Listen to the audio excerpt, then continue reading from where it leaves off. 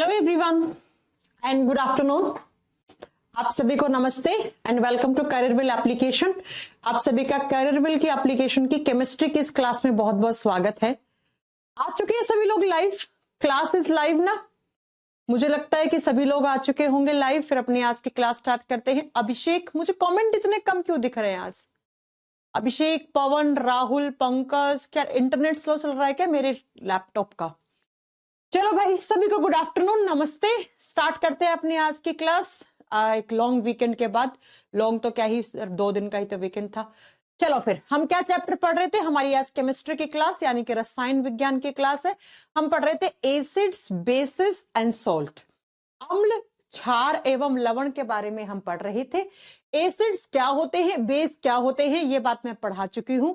ठीक है, नमस्ते नमस्ते। आ गए, सभी के कमेंट्स आ गए। ओके ओके, अमर आ चुके हैं, भाग्यश्री आ चुके हैं, सौभाग्य आ चुके हैं, निखिल आ चुके हैं, पंकज आ चुके हैं, शिवम आ चुके हैं, राकेश आ चुके हैं। मैं बिल्कुल ठीक हूं बच्चा। आलोक आ चुके हैं। चलो फिर स्टार्ट करें। अपनी लास्ट क्लास में हमने क्या पढ़ा था? हम चैप्टर पढ़ रहे थे एसिड्स, बेसिस, सॉल्ट, अम्ल, क्षार एवं लवण। अब एसिड्स और बेस क्या होते हैं, इसके बारे में हमने सारे कॉन्सेप्ट पढ़ लिए थे। ओल्ड मेथड क्या कहता है, लेविस मेथड क्या कहता है, आर्रेनियस का मेथड क्या कहता है, और ब्रोंस्टेड और लोरी का मेथड क्या कहता है एसिड्स के बारे में, अम्लों के बारे में। ये सारी बात हम पढ़ चुके थे। ठीक है, विकास आपका नाम ले लिया। ओके, खुश। अब उसके बाद हमने लास्ट क्लास में पहला एसिड, इन एसिड्स के यूजेस क्या हैं, जहां से एग्जाम में, वनडे एग्जाम में क्वेश्चंस बन जाते हैं। ठीक है, तो पहला एसिड हमने पढ़ा था लास्ट क्लास में HCl, hydrochloric acid. Hydrochloric acid मैंने बताया था बाथरूम की क्लींजिंग के लिए, बाथरूम क्लींजर के तौर पे इसको काम में लेते हैं हम। ये एसिड हार्पिक वगैरह के अंदर भी मिला हुआ आता है। उसके बाद मैंने पढ़ाया था ये स्ट्रॉन्ग एसिड होता है। देन हमने पढ़ा था ये एक्वारिगिया, यानी कि जो अम्ल रस सॉल्यूशन होता है जिसमें हम नोबल मेटल्स को डिसॉल्व कर लेते हैं, जैसे सोना, जैसे चांदी, है ना, जिनको हम नोबल मेटल्स या फ्री मेटल्स कहते हैं, वो हम इसके अंदर घोल लेते हैं या उनकी सफाई कर लेते हैं। ठीक है, उसके बाद मैंने लास्ट क्लास में पढ़ाया था कि यही एसिड हमारे स्टमक में भी होता है, ये हमारे पेट में भी होता है। और पेट में ये क्या करता है, तो पेट में ये अगर एसिड ज्यादा हो जाता है तो एसिडिटी कर देता है। ये बात मैंने लास्ट क्लास में पढ़ाई थी कि अगर आपसे पूछ ले कि पेट की अम्लता का कारण क्या है, यानी कि पेट की एसिडिटी का रीजन क्या है, तो आप बताओगे पेट के अंदर एसिडिटी का मतलब होता है जलन, पेट फूल जाना, ब्लोटिंग। ब्लोटिंग का मतलब होता है पेट फूल जाना। बच्चों देखो, नॉर्मल केस में आपके पेट में HCl रिलीज होता है, सबके पेट में होता है, और ये HCl डाइजेशन में हेल्प करता है, ये पाचन में सहायक होता है। तो नॉर्मल कंडीशन में ये HCl निकल रहा है ना, तब तक तो ठीक है। अब आपने बहुत ज्यादा खाना खा लिया, आपकी ओवर ईटिंग हो गई, या आपने क्या किया, स्पाइसी फूड ज्यादा खा लिया, मसालेदार सब्जियां ज्यादा खा ली, आपके पेट में पानी वानी की कमी हो गई, तो पेट में जलन महसूस होती है, और वो जलन इसी एसिड की वजह से आपको महसूस होती है, जिसको आप एसिडिटी कहते हो। अब एसिडिटी जब होती है तो आपसे एग्जाम में पूछेगा कौन से एसिड की वजह से एसिडिटी होता है, तब आपका आंसर होगा हाइड्रोक्लोरिक एसिड। आप पूछेगा एसिडिटी जब खत्म होती है तो आप क्या लेते हो, एसिडिटी को खत्म होने के लिए आप इनो पीते हो, है ना, इनो के पाउडर आता है, उसको पानी में घोल करते हैं, घोल डाल के और आप पी लेते हो। या एक टैबलेट आती है डाइजीन, बहुत फेमस है। तो बच्चा, जो एसिडिटी खत्म करते हैं ना, उन केमिकल्स को एंटी एसिड कहा जाता है। ये क्वेश्चन पूछा हुआ है SSC में, उनको हम प्रति अम्ल कहते हैं। ऐसे केमिकल्स, ऐसे रसायन जो एसिडिटी को खत्म करते हैं, तो उसको हम एंटी एसिड कहते हैं। तो इनो हो गया, डाइजीन हो गया, ये एंटी एसिड्स होते हैं। इनके अंदर एसिडिटी खत्म करने वाले बेसिस होते हैं। इनो और डाइजीन में एक बहुत फेमस बेस होता है जिसका नाम हमने लास्ट क्लास में पढ़ा था, मिल्क ऑफ मैग्नीशिया, मैग्नीशिया का दूध। इसको मैग्नीशिया का दूध इसलिए बोलते हैं, ये एक क्षार होता है, ये एक बेस होता है, इसको पानी में डालोगे तो हल्का सा दूधिये कलर का हो जाएगा। देखा है ना, इनो को पानी में डालते हो तो दूधिया रंग का हो जाता है। तो ठीक यही मैग्नीशियम हाइड्रोक्साइड को हम मिल्क ऑफ मैग्नीशिया इसीलिए कहते हैं। अब जैसे ही आपको एसिडिटी थी, एसिडिटी करी किसने, HCl ने करी। आपने बाहर से इनो पी लिया या डाइजीन दवाई खा ली, उसमें क्या आया, उसमें मैग्नीशियम हाइड्रोक्साइड नाम का बेस आया। ये एक एसिड है, अम्ल है, ये एक बेस है, क्षार है। एसिड और बेस जब मिलते हैं तो न्यूट्रलाइजेशन रिएक्शन हो जाती है, उदासीनीकरण अभिक्रिया हो जाती है और बनने वाला प्रोडक्ट सोल्ट प्लस वाटर होता है। ये मैग्नीशियम क्लोराइड जो है ना बच्चा, ये क्या होगा यहां पर, ये आप बताओगे सोल्ट होगा, लवण होगा। तो आपके पेट में एसिड के प्रभाव को कम कर दिया, HCl के सिक्रेशन को क्या कर दिया, न्यूट्रलाइज कर दिया, उदासीनीकरण कर दिया और आपकी एसिडिटी क्या हो जाएगी, ठीक हो जाएगी बच्चा। तो क्या क्या क्वेश्चंस हैं ध्यान से सुन लीजिए कि आपके पेट में एसिडिटी का रीजन कौन सा एसिड है, तो यही स्ट्रॉन्ग एसिड है, HCl है। एसिडिटी को खत्म करने वाले रसायन केमिकल्स क्या कहलाते हैं, antacid. For example Eno Digene. Eno Digene का नेचर क्या होता है, प्रकृति क्या होती है, बेसिक क्षारीय प्रकृति होती है। इनोडाइजीन में कौन सा क्षार या कौन सा बेस होता है, मैग्नीशियम हाइड्रोक्साइड। और इनो के अंदर जो बेस होता है वो क्या करता है, वो आकर हमारे पेट के एसिड के प्रभाव को कम करता है, उसको न्यूट्रलाइज कर देता है और सोल्ट बना देता है मैग्नीशियम क्लोराइड नाम का, और आपकी एसिडिटी ठीक हो जाती है। तो ये था आपके HCl के बारे में कि hydrochloric acid aqua Rigia solution बनाने में काम आता है, ये नमक बनाने में काम आता है, इसीलिए हम इसको म्यूरेटिक एसिड कहते हैं। केमिस्ट्री में ये स्ट्रॉन्ग एसिड की प्रबल अम्ल की कैटेगरी में आता है, हमारे पेट में भी होता है। और ऐसे ऐसे आपको ये कॉन्सेप्ट याद रखना था, ये पहला एसिड है जो आप पढ़ चुके हो, ठीक है। अब हम पढ़ेंगे दूसरा, 2 नंबर पे, और दूसरा जो एसिड है बच्चा वो है H2SO4। नंबर 2 पे जो एसिड आती है उसको कहते हैं H2SO4 और इसका केमिकल नेम होता है सल्फ्यूरिक एसिड। नंबर 2 वाला लिख लीजिए, सल्फ्यूरिक एसिड। सल्फ्यूरिक अम्ल कहा जाता है हिंदी में इसको। सल्फ्यूरिक अम्ल इसी का, इसके नाम देखो बच्चा क्या क्या होते हैं, इसको और किस किस नाम से जानते हैं आप। इसी एसिड को किंग ऑफ एसिड्स, अगर पूछ ली ना कि किस एसिड को किंग ऑफ एसिड कहते हैं, अम्लों का राजा। अम्ल राज नहीं, अम्लों का राजा। ये अम्लों का राजा है बच्चा, क्यों है पता है, क्योंकि ये सारी एसिड से रिएक्ट कर देता है और बहुत जल्दी कर लेता है। ये सारे के सारे अम्लों के साथ अभिक्रिया कर देता है, इसलिए हम इसको किंग ऑफ एसिड्स कहते हैं, अम्लों का राजा कहते हैं।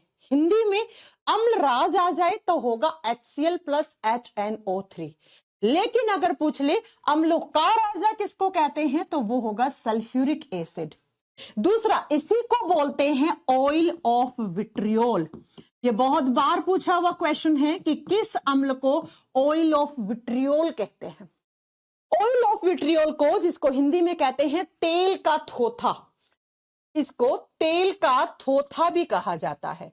मैम ये विट्रियोल शब्द हमने बहुत बार सुना है, होता क्या है? विट्रियोल को हिंदी में थोथा कहते हैं। बच्चा ऐसा कोई भी केमिकल, ऐसा कोई भी रसायन जिसके अंदर सल्फेट आयन हो, जिसके अंदर सल्फेट आयन हो, उसे हम विट्रियोल कहते हैं, उसे हम थोथा कहते हैं। तो बताओ इसके अंदर सल्फेट आयन है या नहीं है? तो इसीलिए हम इसको ऑयल ऑफ विट्रियोल भी कहते हैं, क्योंकि इसके अंदर सल्फेट आयंस प्रेजेंट होते हैं। किस एसिड को किंग ऑफ एसिड्स कहा जाता है, किस एसिड को ऑयल ऑफ विट्रियोल कहा जाता है? क्वेश्चन का आंसर एक ही होगा। अब साइड में नोट बनाकर मैं 3 थोथे लिखवा रही हूं, केमिस्ट्री में बहुत बार आते हैं, एग्जाम में रेलवे स्पेशली पूछता है। मैं कुछ थोथे लिखवा रही हूं, नाम, केमिकल नेम, फॉर्मूले लिखवा रही हूं इसका। एक आता है बच्चा कि ग्रीन विट्रियोल किसको कहते हैं, पढ़े हैं आपने ये? ग्रीन विट्रियोल हिंदी में बोलेंगे हरा थोथा किसको कहते हैं? तो आप बताओगे बच्चा हरा थोथा कहा जाता है, थोड़ा सा इसको और इधर लाओ, छोटा पड़ेगा बॉक्स। ये बॉक्स यहां से हटा दें, इसी के आगे लिखेंगे। देखो बच्चा, हरा थोथा कहा जाता है FeSO4.7H2O को। अब ये क्या, Fe किसका सिंबल होता है? फेरस। तो फेरस सल्फेट को कहते हो आप हरा थोथा, लिख लीजिए, फेरस सल्फेट को हम हरा थोथा कहते हैं। ठीक है। नेक्स्ट इसके बाद आता है बच्चा सफेद, white vitriol. White vitriol exam में आता है कि सफेद थोथा किसको कहा जाता है। ये लास्ट ईयर के एनटीपीसी के एग्जाम का क्वेश्चन है बच्चा। सफेद थोथा जिंक सल्फेट को कहते हैं। ZnSO4.7H2O लिख दो। जिंक सल्फेट का दूसरा नाम क्या होता है? सफेद थोथा या व्हाइट विट्रियोल होता है।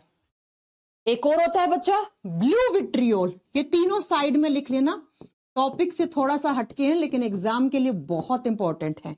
ब्लू विट्रियोल को बोलेंगे नीला थोथा।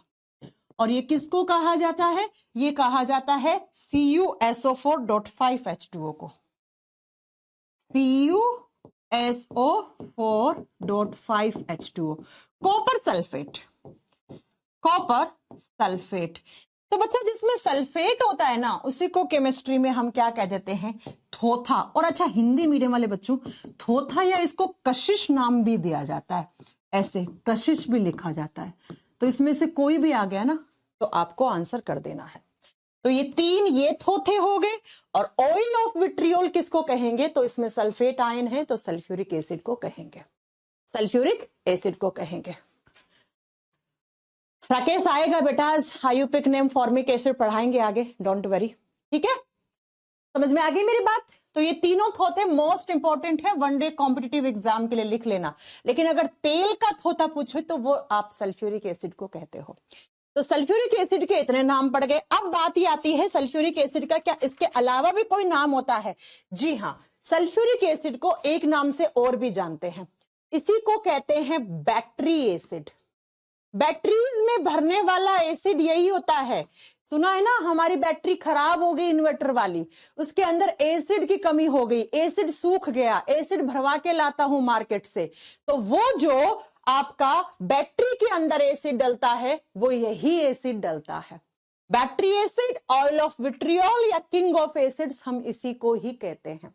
इसका यूज बैटरीज में ज्यादा होता है, बाकी लैब वेब में किसी भी एसिड के साथ रिएक्शन करवाने के लिए काम में लेते हैं। और नेक्स्ट यही एसिड प्रेजेंट होती है एसिड रेन में। ये अम्ल अम्ल वर्षा में भी पाया जाता है। जो एसिड रेन होती है ना उसके अंदर भी ये एसिड प्रेजेंट होती है। अब ये एसिड रेन कैसे होती है, थोड़ा सा इसके ऊपर डिस्कशन कर लिया जाए। कैसे होती है, कौन कौन से एसिड्स होते हैं इसके अंदर? बच्चा ऐसा कहा जाता है कि जो मॉनसून की पहली बारिश होती है ना उसके अंदर एसिड ज्यादा घुला हुआ आता है, और जब वो बारिश धरती पे आती है तो उसी को एसिड रेन, उसी को अम्ल वर्षा कहते हैं, जो हमारे फसलों वसलों को तो नुकसान पहुंचाती है, साथ में जो हमारे ये मॉन्यूमेंट्स होते हैं, ये जो ताजमहल जैसे जो सफेद कलर के ये जो आपकी इमारतें होती हैं उनको भी पीला पड़ने का कारण भी यही होती है एसिड रेन। हमारी स्किन पे ज्यादा, अगर आप ऐसी बारिश में नहा लिए तो स्किन के अंदर सेल्स डेड हो सकती है, स्किन कैंसर होने के चांसेस ज्यादा बढ़ जाते हैं। इसलिए कहते हैं मॉनसून की पहली बारिश से बच के रहना चाहिए, बिकॉज उसमें एसिड घुला हुआ आता है। अब कैसे होती है ये एसिड रेन, जरा देखिएगा, एक फोटो भी लेके आई हूं मैं, ये एसिड रेन होती कैसे है। आप सभी जानते हो हमारे एनवायरमेंट में 3 गैसेस होती हैं। सल्फर डाइऑक्साइड गाड़ियों के धुएं से निकलती है, दूसरी कौन सी होती है? Nitrogen dioxide. N2O मत कर देना, ये लाफिंग गैस होती है। नाइट्रस ऑक्साइड क्या होता है? ये लाफिंग गैस होती है, इससे तो सूंघोगे तो हंसी आएगी। ये नाइट्रोजन डाइऑक्साइड है, ये सल्फर डाइऑक्साइड, और तीसरी होती है बच्चा कार्बन डाइऑक्साइड। ये 3 गैसें हैं हमारे एनवायरनमेंट में। जी हाँ मैम, तीनों गैसेस हैं, बिल्कुल ये अभी गैसेस हैं, ये गैसेस हैं बच्चा। अब जब ये गैसेस एनवायरनमेंट के ऊपर लेयर में जाती है तो आप सब जानते हो वहां पर पानी मिल जाता है, इनको वाटर वेपर मिल जाता है। ठीक है, ये सल्फर डाइऑक्साइड सबसे ज्यादा गाड़ियों के पॉल्यूशन से, या जो चिमनियां होती है ना, ये बड़ी बड़ी कंपनियां होती हैं चिमनियां लगा के रखती हैं, उन चिमनियों से जो धुआं निकलता है, जो वेस्ट निकलता है, उसमें सबसे ज्यादा होती है। ठीक है, तो बच्चा ऊपर जैसे ही एनवायरनमेंट में ये जाती हैं तो इनको मिल जाता है वाटर, वाटर वेपर की फॉर्म में, जल वाष्प की फॉर्म में। तो जैसे ही सल्फर डाइऑक्साइड को H2O मिला तो केमिकल रिएक्शन हो गई और क्या मिल गया? H2SO4 बन गया। जैसे ही नाइट्रोजन डाइऑक्साइड को पानी मिला तो यहां से बन गया बच्चा HNO3 नाइट्रिक एसिड, और जैसे ही CO2 को मिला क्या H2O, तो एक एसिड बन गया H2CO3। अब ये होता है आपका सल्फ्यूरिक एसिड जो हम पढ़ रहे हैं, सल्फ्यूरिक अम्ल। ये होता है नाइट्रिक एसिड, इसको बोलते हैं नाइट्रिक अम्ल, और ये होता है बच्चा कार्बोनिक एसिड। अब ये तीनों एसिड बन गए हैं। अभी ऊपर गैसेस थी, लेकिन अब ये क्या हो गए हैं, एसिड हो गए हैं, अम्ल हो गए हैं, अम्ल बन गए ये तीनों। तो अब जब बारिश आएगी तो उस बारिश की बूंदों में क्या आएंगे, ये अम्ल आपकी धरती पे ऐसे आ जाएंगे बारिश की बूंदों में, और इस बारिश को हम क्या बोलेंगे, इसी को हम एसिड रेन, इसी को हम अम्ल वर्षा कहेंगे। अब जो अम्ल वर्षा से क्वेश्चंस बनते हैं केमिस्ट्री में वो सारे सुन लो। एसिड रेन करने के लिए कौन कौन सी गैसेस रिस्पॉन्सिबल है, ये तीनों गैसें एसिड रेन करवाती हैं। कौन कौन से एसिड, कौन कौन से अम्ल, तो H2SO4, HNO3 और H2CO3। सबसे ज्यादा रिस्पॉन्सिबल कौन है, तो H2SO4। ये एसिड सबसे ज्यादा रिस्पॉन्सिबल है फॉर एसिड रेन, क्योंकि सल्फर डाइऑक्साइड इनमें से सबसे ज्यादा खतरनाक है। ये सबसे ज्यादा खतरनाक है हमारी स्किन के लिए, पेड़ पौधों के लिए, फसलों के लिए, ठीक है। उसके बाद ये और उसके बाद ये, तो एग्जाम में आता है कि एसिड रेन में सबसे ज्यादा अम्ल कौन सा होता है, तब आपका आंसर ये होगा, तब आपका आंसर ये होगा, ठीक है बच्चों। तो एसिड रेन के अंदर आप लिख दीजिए कि ये एसिड एसिड रेन में भी होता है। और एसिड रेन के पीएच का मान मैं पहले ही पढ़ा चुकी हूं, आपको क्या करना है, या तो 5.5 वाला ऑप्शन लेके चलना है, या आपको करना है लेस देन 5.5, भाई 5.5 या 5.6 से कम वाला ऑप्शन, या आपको इनमें से कोई ऑप्शन मिलेगा। अब आप कहोगे मैम 5.5 से 5.6 वाला नीचे वाला ऑप्शन क्यों, आप सभी जानते हो जितना ज्यादा एसिड होगा एसिड रेन में उतनी ही तो कम पीएच वैल्यू हो जाएगी ना। तो कभी कभी देखो, जैसे आगरा के आसपास इंडस्ट्रीज हैं बहुत ज्यादा, जितनी ज्यादा इंडस्ट्रीज होंगी उतना ही ज्यादा सल्फर डाइऑक्साइड, उतना ही ज्यादा आगरा की इंडस्ट्रीज के आसपास जो एसिड रेन होगा उसमें H2SO4 ज्यादा आएगा, और H2SO4 ज्यादा आएगा तो उसका पीएच वैल्यू थोड़ा कम हो जाएगा एसिड रेन का। इसीलिए जब भी एसएससी ऐसा क्वेश्चन पूछती है तो वो ये ऑप्शन को सही मानती है, तो हमें सारे एग्जामिनेशन के लिए ही यही सही करना है। नेक्स्ट बच्चा, जब ये एसिड रेन होती है तो क्या होता है, जैसे ताजमहल, एक क्वेश्चन आता है कि मार्बल कैंसर का कारण क्या है, ये क्वेश्चन बता रही हूं मैं, ठीक है, वनडे कॉम्पिटिटिव एग्जाम में मार्बल कैंसर का कारण क्या है। अब ये मार्बल कैंसर होता क्या है प्यारे बच्चों, आप जानते हो कि जो ताजमहल है वो किससे बना हुआ है, वो मार्बल से, संगमरमर के पत्थर से बना हुआ, कैल्शियम कार्बोनेट लाइमस्टोन से बना हुआ है। अब जैसे ही इस मार्बल के ऊपर क्या आके गिरते हैं, एसिड रेन होती है।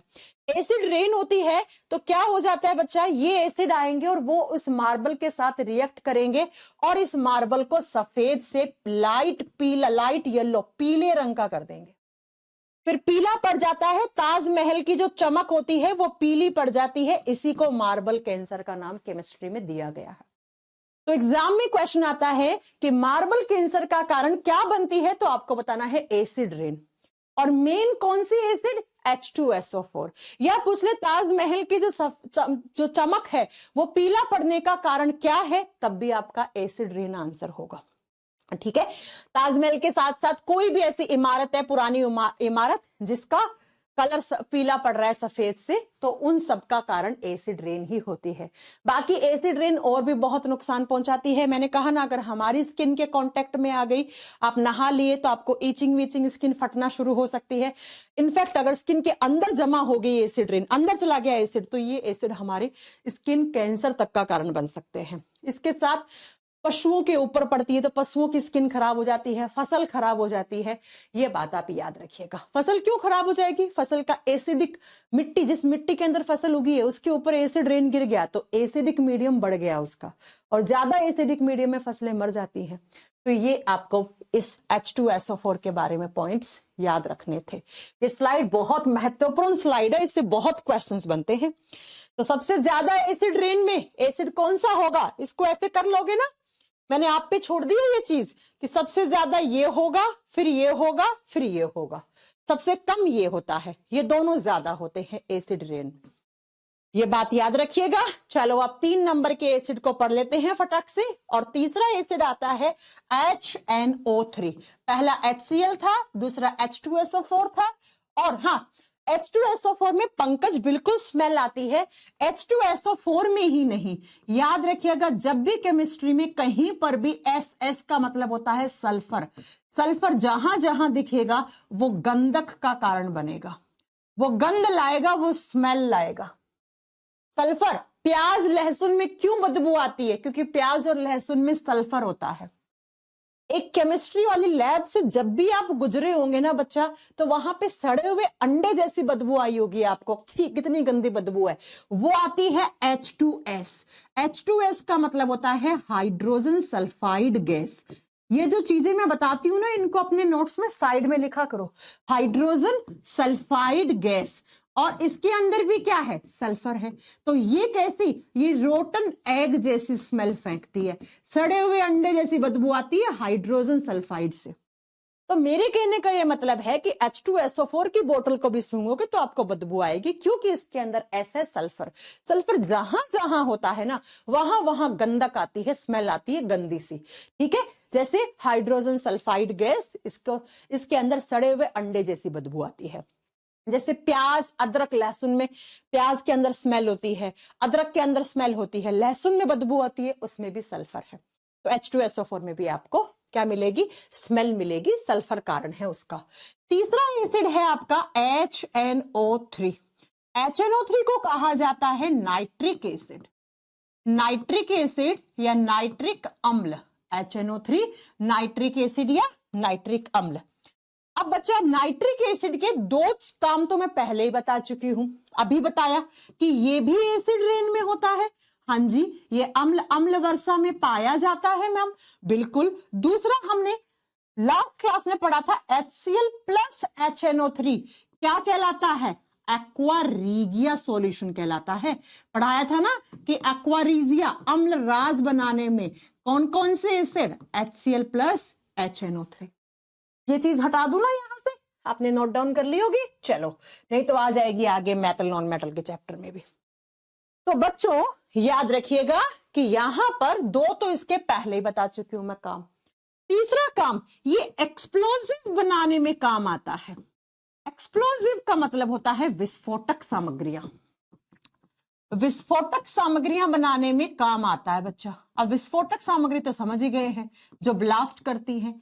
जैसे सबसे ज्यादा ये काम में लेते हैं हम गन पाउडर बनाने में। गन पाउडर क्या होता है, बारूद। बारूद, गन के अंदर जो पाउडर भरते हैं उसी को गन पाउडर या बारूद कहते हैं। बारूद में क्या क्या होता है, तो यहां ब्रैकेट में लिखो, बारूद के अंदर होता है बच्चा आपका सल्फर, बारूद के अंदर सल्फर प्लस चारकोल, चारकोल और प्लस आपका nitric acid HNO3। Nitric acid को लेकिन हम किस रूप में लेते हैं, KNO3 के रूप में लेते हैं। यहां पे पोटेशियम नाइट्रेट की फॉर्म में लेते हैं। ठीक है, लिख दो यहां पे KNO3, potassium nitrate. K is the symbol of potassium. इन तीनों चीज के मिक्सचर को, किस किस के मिक्सचर को आप लिखो, सल्फर, चारकोल प्लस प्लस लगा देना बीच में, नाइट्रिक अम्ल। इन तीनों के मिक्सचर को आप क्या कहते हो, गन पाउडर कहते हो, बारूद कहते हो, जो आप गन में भर के चलाते हो। ठीक है बच्चा, समझ में आ गया मेरी बात, है ना। ये इतनी बात याद रखिएगा, गन पाउडर ये है। तो ये एसिड विस्फोटक सामग्रियां बनाने में भी काम आता है, KNO3, HNO3 यहां पे हमने पोटेशियम नाइट्रेट के रूप में काम में ले लिया है। अब नेक्स्ट बच्चा, यही एसिड फर्टिलाइजर्स बनाने में भी काम आता है। यही एसिड फर्टिलाइजर्स बनाने में भी काम आता है। और फर्टिलाइजर्स का मतलब होता है उर्वरक। उर्वरक का मतलब जो आपकी मिट्टी को उपजाऊ बनाए, है ना, जो आपकी मिट्टी की फर्टिलिटी रेट को बढ़ाए, जो आपकी मिट्टी की उपजाऊ क्षमता को बढ़ा दे। बच्चों एक बात याद रखना, यहां पे साइड में लिखना, जो आपके प्लांट्स होते हैं ना, प्लांट्स को 3 चीजें नहीं मिलेंगी तो मर जाएंगे। क्या क्या? पेड़ पौधों को 3 ही चीज चाहिए होती है। क्या क्या? एन, पी, के। एन का मतलब नाइट्रोजन, पी का मतलब फास्फोरस, के का मतलब पोटेशियम। और तीनों चीजें बहुत अच्छे मात्रा में चाहिए होती हैं। इनमें से एक भी चीज की पावर कट कर दो, वो पेड़ पौधे की ग्रोथ नहीं होगी, उस फसल की ग्रोथ नहीं होगी, वो फसल मर जाती है।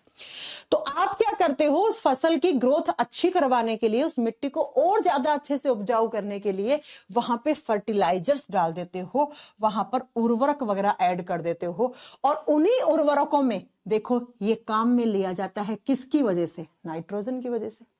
इसमें नाइट्रोजन है ना, और प्लांट्स को भी क्या चाहिए? नाइट्रोजन चाहिए। इसीलिए बच्चा याद रखिएगा कि ये एसिड फर्टिलाइजर्स, एक्सप्लोजिव्स बनाने में, जैसे गन पाउडर, आगे पढ़ाऊंगी एक्सप्लोजिव वाले चैप्टर में, जैसे TNT, ट्राई नाइट्रोटोल्यून, अभी नहीं, ठीक है, जैसे TNF, ट्राई नाइट्रोफेनोल, ये भी लिख दो। इनको बनाने में भी HNO3 को काम में लेते हैं। अब कुछ बच्चे बोलेंगे इनकी फुल फॉर्म आगे सब पढ़ाऊंगी, जब फर्टिलाइजर्स वाला चैप्टर करवाऊंगी ना एक, तब वापस आएगा ये। अभी सिर्फ इतना लिख दीजिए कि TNT, TNF बनाने में, जैसे जैसे गन पाउडर बनाने में। समझ में आ गई? ट्राई नाइट्रोटोल्यून, ट्राई नाइट्रोफेनोल, फेनोल में P आता है स्पेलिंग में, लेकिन ये हिंदी के F से लिया गया है। समझ में आ गई बात बच्चों? अब इसी स्लाइड से 2 क्वेश्चन बनेंगे for one day competitive exam, तो वो साइड में लिखना। कोई भी चीज छोड़नी नहीं है बच्चा। क्या? बहुत ध्यान से सुनना। एक मैंने अभी बोला KNO3, KNO3, इसका केमिकल नेम क्या है? इसका केमिकल नेम तो पोटेशियम नाइट्रेट है, हिंदी में भी पोटेशियम नाइट्रेट ही बोलेंगे, लेकिन बच्चा इसको कॉमर्शियली एक और नाम से जानते हैं जो वनडे एग्जाम में आता है। इसको कहा जाता है सोल्ट पिटर। क्या कहा जाता है? सोल्ट पिटर कहा जाता है। अब आप ये बताओ कि सुना है आपने ये क्वेश्चन एग्जाम में, हिंदी में शोरा लिखा जाता है, सोरा, सोल्ट पिटर। सोल्ट पिटर होता क्या है? ऐसी मिट्टी जिसके अंदर क्या हो? नाइट्रेट्स हो, नाइट्रेट्स आयन हो, उसे सोल्ट पिटर कहते हैं। तो बच्चा आपसे एग्जाम में पूछेगा सोल्ट पिटर किसको कहा गया है, तो आप कहोगे पोटेशियम नाइट्रेट को कहा गया है। ऐसे ही हमारे यहां तो ये होता है KNO3 मिट्टी में, जबकि बच्चा एक कंट्री है जिसको चिले कहते हैं, और उसकी मिट्टी में मिलता है चिले सोल्ट पीटर। क्या मिलता है? चिले सोल्ट पीटर। तो इसको हिंदी में लिखा जाता है चिली सोरा। ये इसका क्या केमिकल नेम होता है? NaNO3। इसे बोलते हैं सोडियम नाइट्रेट। इसे क्या कहते हैं हम?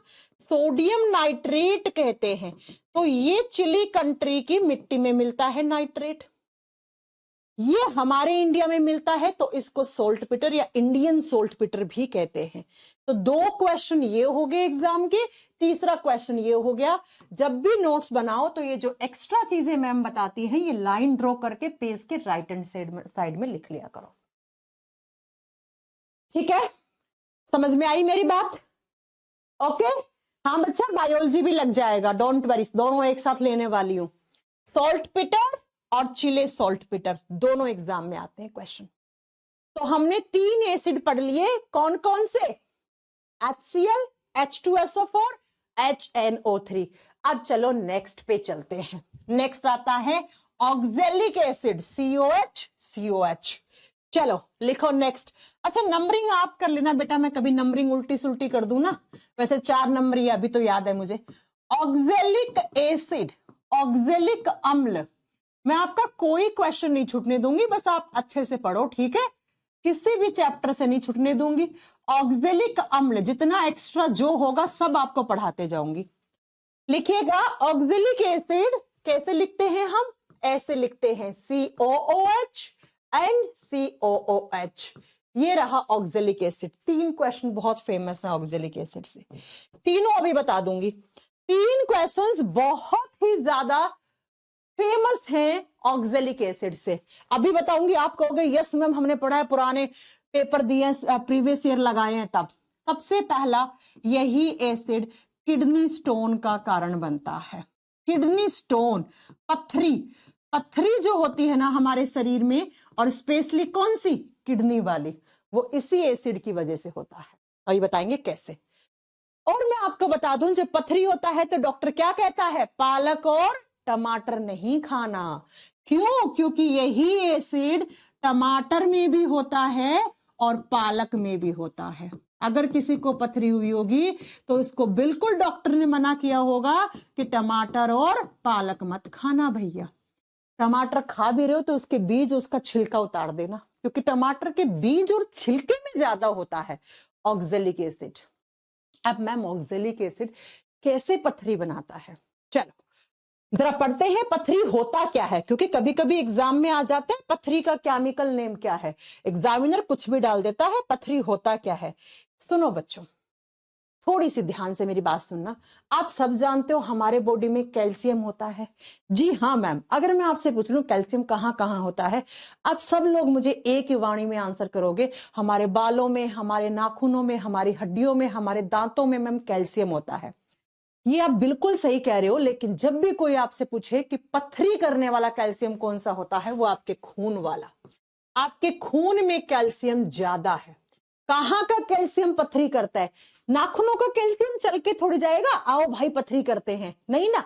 जो ब्लड में हुआ है ना, जो खून में आपके कैल्शियम है ज्यादा, वही आपके पथरी का कारण बनता है। तो खून में बहुत सारा कैल्शियम पड़ा है।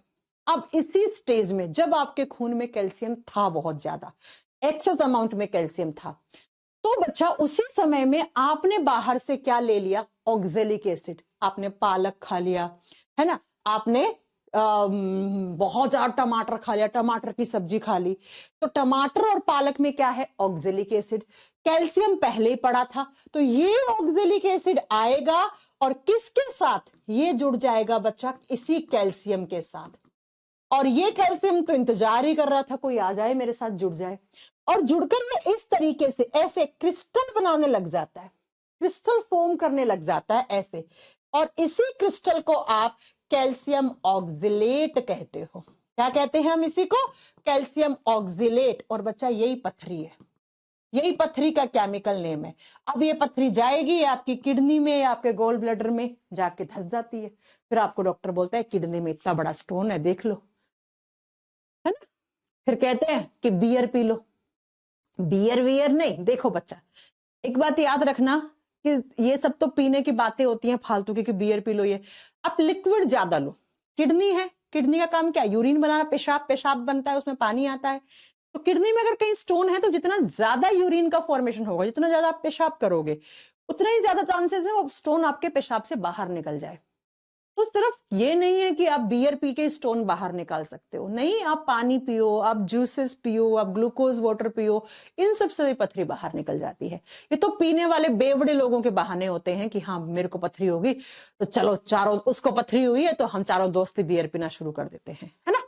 तो ये सब फालतू की बातें होती है। सुनो, तो आपसे पूछे पथरी क्या होता है, आप क्या बताओगे, कैल्शियम ऑक्जिलेट, ये पथरी का केमिकल नेम है, कैल्शियम ऑक्जिलेट। तो बच्चा पथरी हुई है तो क्या क्या अवॉइड करना है, कैल्शियम वाली चीजें खाने बंद करनी है, और दूसरा आपको ऑक्जेलिक एसिड लेना बंद करना है, ठीक है, अगर किसी को पथरी है तो।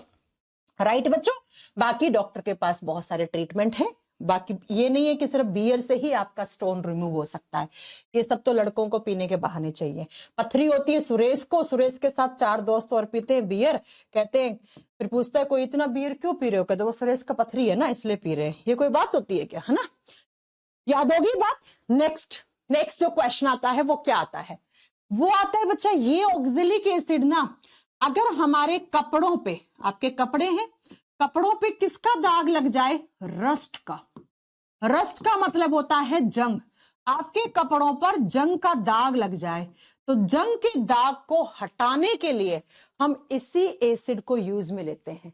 ना सिर्फ जंग के दाग को, इंक, अगर कोई स्याही का दाग लग गया, और अगर आपको जंग का दाग लग गया कहां पर, आपके कपड़ों पे, तो उसको वॉश कर दो कौन से एसिड से, ऑक्जेलिक एसिड से। मेडिकल स्टोर पे आता है ऑक्जेलिक एसिड की बोतल इतनी सी 60 रुपए की। हम लोग तो ड्राई क्लीनिंग के लिए दे देते हैं, है ना, कि ड्राई क्लीनिंग वाले भैया इसके ऊपर जंग का दाग या स्याही का दाग लग गया, ठीक कर देना। तो ड्राई क्लीनिंग वाला क्या करता है, ऑक्जेलिक एसिड से रिमूव हो जाता है ये दाग।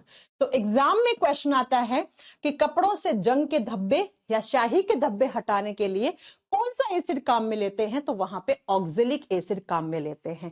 पहला क्वेश्चन, दूसरा क्वेश्चन, तीसरा most most most important question, बहुत ही ध्यान से सुनना। ये क्या करता है, ये एंटी कोगुलेटिंग एजेंट की तरह काम करता है, एंटी कोगुलेटिंग एजेंट की तरह काम करता है। अब ये एंटी कोगुलेटिंग एजेंट का मतलब क्या होता है, पहले तो लिखो, प्रतिस्कंदी कारक की तरह काम करता है। अब बच्चों इसको थोड़ा ध्यान से समझना, क्या होता है एंटी कोगुलेटर। आप सब जानते हो हमारी नसों में, हमारे बॉडी में कभी भी खून जमता नहीं है। क्यों? क्योंकि हमारे बॉडी में होता है हिपैरिन। मैं ये बायोलॉजी में पढ़ाऊंगी आपको। ये हिपैरिन एंटी कोगुलेटिंग एजेंट होता है। ये खून का थक्का नहीं जमने देगा। खून जम गया तो खराब हो गया, खून खराब हो गया, आपकी नसें फट जाएंगी, आपको स्ट्रोक पड़ जाएगा, समझ रहे हो आप। तो खून कभी भी जमना नहीं चाहिए। तो खून को जमने से नेचुरल तरीके से हमारे बॉडी में हमारा लीवर, हमारी बेसोफिल्स हिपैरिन नाम का यहां पर एक केमिकल बनाती रहती है जो हमारे खून को जमने नहीं देता। अब आप खून डोनेट करने गए, आपने खून डोनेट कर दिया 1 यूनिट, है ना। अब खून जाके स्टोर होता है ब्लड बैंक में। अब ब्लड बैंक में तो हिपैरिन है नहीं, तो ब्लड बैंक में तो खून जम सकता है ना। तो ब्लड बैंक में खून को जमने से बचाने के लिए एंटी कोगुलेटिंग एजेंट काम में लेते हैं। कभी अगर आपने खून दिया है तो देखना खून को तुरंत एक केमिकल होता है उसके अंदर ट्रांसफर कर देते हैं। अगर नहीं करेंगे तो वो खून खराब हो गया, अब वो किसी और को भी चढ़ाएंगे तो वो भी मर जाएगा आदमी, राइट। तो बच्चों उसमें क्या डलता है, उसमें सोडियम ऑक्जेलेट डलता है। ये क्वेश्चन, अब क्वेश्चन कैसे आएगा, क्वेश्चन आएगा कि ब्लड बैंक में ब्लड को जमने से बचाने के लिए प्रतिस्कंदी कारक क्या काम में लिया जाता है। ब्लड बैंक में खून को जमने से बचाने के लिए कौन सा एसिड या फिर कौन सा केमिकल काम में लिया जाता है, तो ऑक्जेलेट आ गया, तो ऑक्जेलिक एसिड होता है। तो ब्लड बैंक में ये काम में लिया जाता है। हमारे बॉडी में हिपैरिन है, हमें भगवान ने हिपैरिन दे रखा है, बढ़िया बचा रहा है, बढ़िया काम कर रहा है, ठीक है बच्चों। ये तीनों क्वेश्चंस थे ऑक्जेलिक एसिड से, तीनों मैंने करवा दिया। नहीं यकीन होता है प्रीवियस ईयर का पेपर उठा लेना, देख लेना, कहोगे यस मैम बिल्कुल सही बात कह रहे हो। अगला एसिड 5वें नंबर पे चलते हैं, बोरिक एसिड, बोरिक अम्ल, बोरिक एसिड H3BO3, है ना। चलो लिखो बोरिक एसिड, इससे सिर्फ एक क्वेश्चन फेमस है। बोरिक अम्ल फॉर्मूला होता है H3BO3।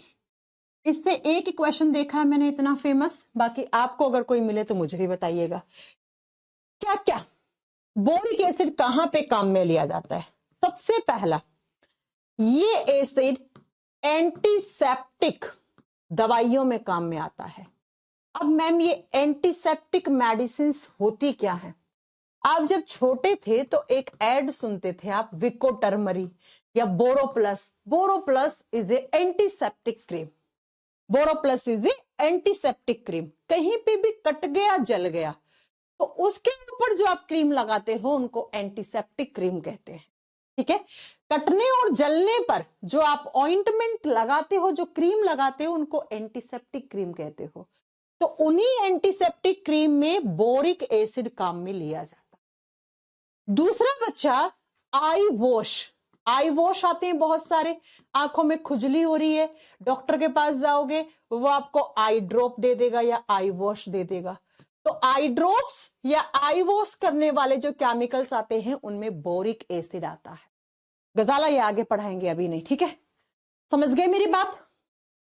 कभी आंख में खुजली बुजली हुई, डॉक्टर कहता है लो ये आई ड्रॉप डाल लेना, उसके पीछे पढ़ना, उसमें लिखा हुआ होता है बोरिक एसिड। उसमें क्या लिखा हुआ होता है? Boric acid.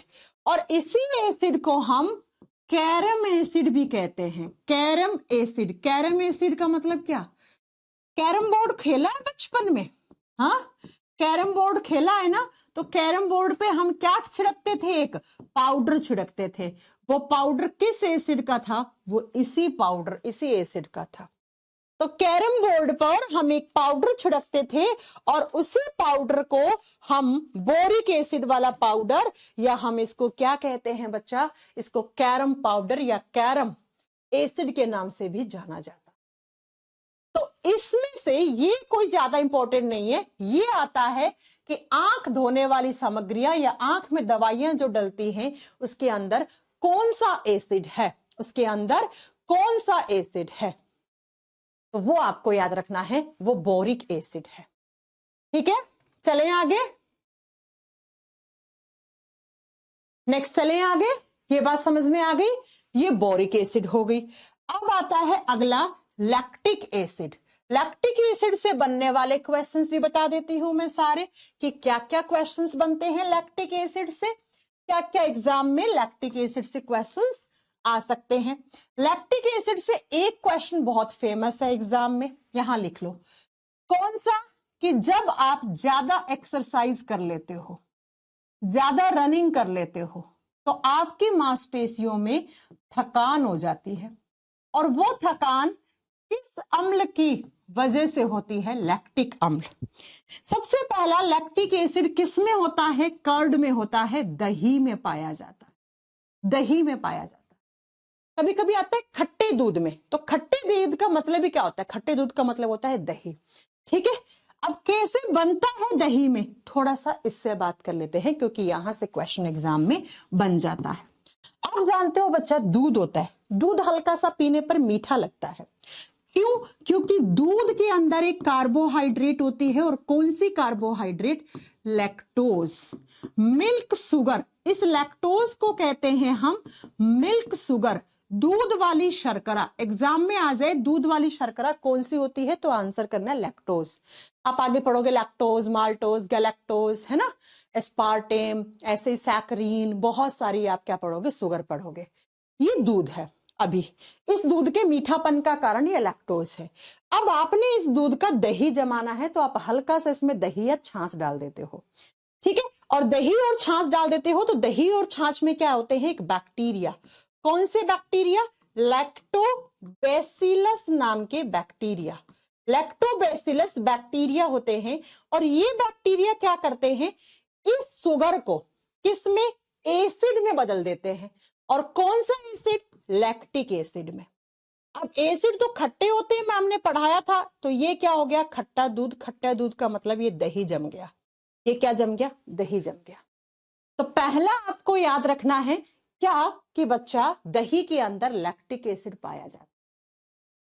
दूसरा जो क्वेश्चन है जो यहां से बनता है, कि दूध के अंदर कौन सी शुगर होती है? शर्करा कौन सी होती है? लैक्टोज। दूध को दही में कौन सा बैक्टीरिया बदलता है? तो लैक्टोबैसिलस बैक्टीरिया, लैक्टोबैसिलस जीवाणु। ये तीन क्वेश्चन। चौथा क्वेश्चन जो लैक्टिक एसिड से आता है, वो कुछ ऐसा आता है कि फटीग का कारण क्या होता है? फटीग को हिंदी में कहते हैं हम थकान। और ये थकान कहां पर? तो ये थकान हमारी मांसपेशियों में होती है, मसल्स में होती है। मांसपेशियों में कब? जब आप बहुत ज्यादा रनिंग कर लेते हैं, बहुत ज्यादा दौड़ लगा ली, बहुत ज्यादा भाग लिए, आप जिम कर रहे हैं, हैवी एक्सरसाइज कर ली आपने, है ना, तो हैवी एक्सरसाइज कर ली या जिम कर लिए या बहुत ज्यादा ट्रेडमिल पे दौड़ लिए, तो हमारी मांसपेशियों के अंदर अनएरोबिक रेस्पिरेशन होना शुरू हो जाता है, अवायवीय श्वसन होने लग जाता है, और जिसकी वजह से हमारी मांसपेशियों में एक एसिड बनता है, जिस एसिड को आप लैक्टिक एसिड कहते हो।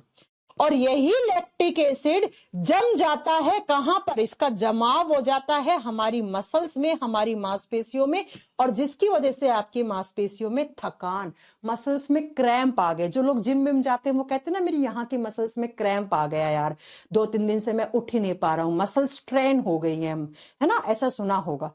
तो एग्जाम में क्वेश्चंस क्या क्या आते हैं एक तो दही वाला, दूसरा मांसपेशियों में थकान का कारण कौन सा एसिड बनता है, तो वो लैक्टिक एसिड बनता है।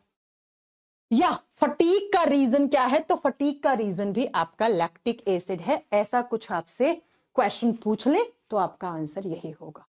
तो 5 नंबर पे ये, 6 नंबर पे ये। चले 7 नंबर पे टार्टरिक एसिड। 7 नंबर पे लिखेंगे हम C4H6O6, जिसको हम बोलते हैं tartaric acid. Tartaric acid, tartaric अम्ल। लिख लीजिए जरा, C4H6O6, ये होता है आपका टार्टरिक एसिड। टार्टरिक एसिड मैंने लास्ट क्लास में पढ़ाया था, किसमें होता है टार्टरिक एसिड? एक तो टैमरिंड में होता है, टैमरिंड का मतलब होता है इमली, इमली।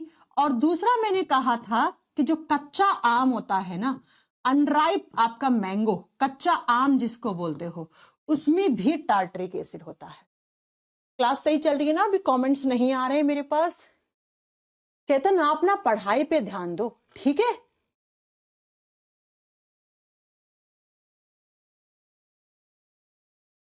तुम मुझे स्टूडेंट तो लगते नहीं हो। कहां गए? तुमने कमेंट डिलीट भी कर दिया ना? बढ़िया है। माइक्रोन्यूट्रिएंट्स प्लांट्स में कौन से होते हैं गजाला? वो प्लांट के चैप्टर में पढ़ाएंगे, अभी हम प्लांट थोड़ी पढ़ रहे हैं। ओके,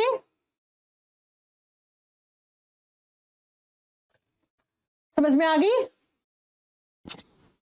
चलो, टार्टरिक एसिड किसमें होता है? कच्चे आम में और इमली में, ये मैं आपको पहले ही पढ़ा चुकी हूं। अब जो टार्टरिक एसिड से एक क्वेश्चन बनता है, वो क्या बनता है? वो क्या बनता है बच्चों? आपने सुना होगा बेकिंग सोडा। बेकिंग सोडा जिसको हम क्या बोलते हैं? खाने वाला सोडा। खाने वाला सोडा। अच्छा, किस किस में डलते हैं खाने वाला सोडा, आप लोग बताओ। आपने देखा होगा हमारे घरों में मम्मी पूड़ी बनाती हैं, ढोकला बनाती हैं, है ना, भटूरे बनाती हैं, उनके अंदर क्या बेकिंग सोडा डालती है। ठीक है, एक होता है बेकिंग सोडा और एक होता है बेकिंग पाउडर। क्या आप इसमें डिफरेंस बता सकते हैं मुझे? एक होता है बेकिंग सोडा, एक होता है बेकिंग पाउडर। सेम नाम हिंदी में है, बेकिंग पाउडर और बेकिंग, इसको कभी कभी खाने वाला सोडा कह देते हैं बस हिंदी में। अब आप मुझे ये बताओ कि बेकिंग सोडा और बेकिंग पाउडर में कुछ डिफरेंस होता है, आप बता सकते हो? चलो मैं बताती हूँ। बेकिंग सोडा और बेकिंग पाउडर का फॉर्मूला सेम होगा, NaHCO3। हिंदी में बोलोगे इसे sodium by carbonate. Sodium by carbonate इसका केमिकल नेम है बच्चा। ये हिंदी और इंग्लिश दोनों में केमिकल नेम सेम रहता है। हिंदी और इंग्लिश में केमिकल नेम दोनों का सेम रहेगा। बेकिंग सोडा जिसको हम सोडियम बाइकार्बोनेट या खाने वाला सोडा कहते हैं। बच्चा बेकिंग सोडा जो है ना, वो थोड़ा सा आपको कड़वा लगेगा खाने में, कड़वा होगा, ये कड़वाहट होती है इसमें, मतलब थोड़ा चखोगे ना ऐसा तो कड़वा लगेगा। तो इस बेकिंग सोडा के साथ आप क्या मिला देते हो? इस NaHCO3 है ना, जो सोडियम बाइकार्बोनेट है, इसके साथ आप टार्टरिक एसिड मिला दो, हल्का सा टार्टेरिक एसिड मिला दो, और अब ये जो कहलाएगा ना, अब इसको आप बेकिंग पाउडर बोलोगे। अब ये टार्टरिक एसिड क्या करता है? ये बेकिंग सोडे की बिटरनेस को कम करता है। It decrease bitterness of baking soda. Bitterness का मतलब है कड़वापन। कड़वापन, कड़वापन तो रखना ही नहीं है ना। अगर कड़वापन हो गया तो अब पेस्ट्री में डालोगे, केक में डालोगे, तो केक पेस्ट्री क्या हो जाएंगे? कड़वे हो जाएंगे। तो एग्जाम में क्वेश्चन क्या आता है कि जो बेकिंग सोडा होता है, उसके कड़वापन को, उसके बिटरनेस को कम करने के लिए हम क्या डालते हैं उसमें? हम उसमें टार्टरिक एसिड डालते हैं। ठीक है, हम उसमें टार्टेरिक एसिड डालते हैं। ये क्वेश्चन आपका वनडे कॉम्पिटिटिव एग्जाम का है। बाकी टार्टरिक एसिड इमली में भी होता है, कच्चे आम में भी होता है, आप जानते हो। तो ये बेकिंग सोडा और बेकिंग पाउडर में थोड़ा सा हल्का सा डिफरेंस है। अब इसे आप चखोगे ना बेकिंग पाउडर को, तो ये आपको ज्यादा कड़वा नहीं लिखेगा, नहीं कड़वा मिलेगा। ठीक है बच्चों, ये बात समझ में आ गई। अब चलते हैं नेक्स्ट एसिड पे। टार्टरिक एसिड हो गया। अब अगला पढ़ेंगे हम 8 नंबर पर फॉर्मिक एसिड। ये छोटे छोटे एसिड्स है बच्चा।